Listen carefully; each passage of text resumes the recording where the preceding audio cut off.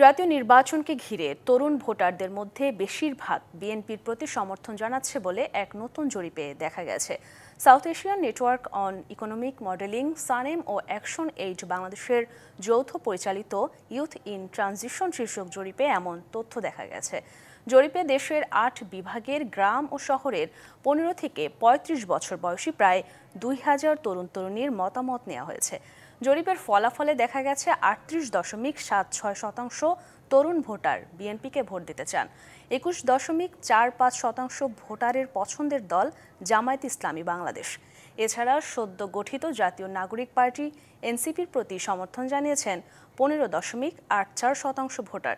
জরিপে অংশ নেওয়া তরুণ ভোটারদের ৭৬.৭৮% জানিয়েছেন তারা আগামী নির্বাচনে ভোট দিতে চান।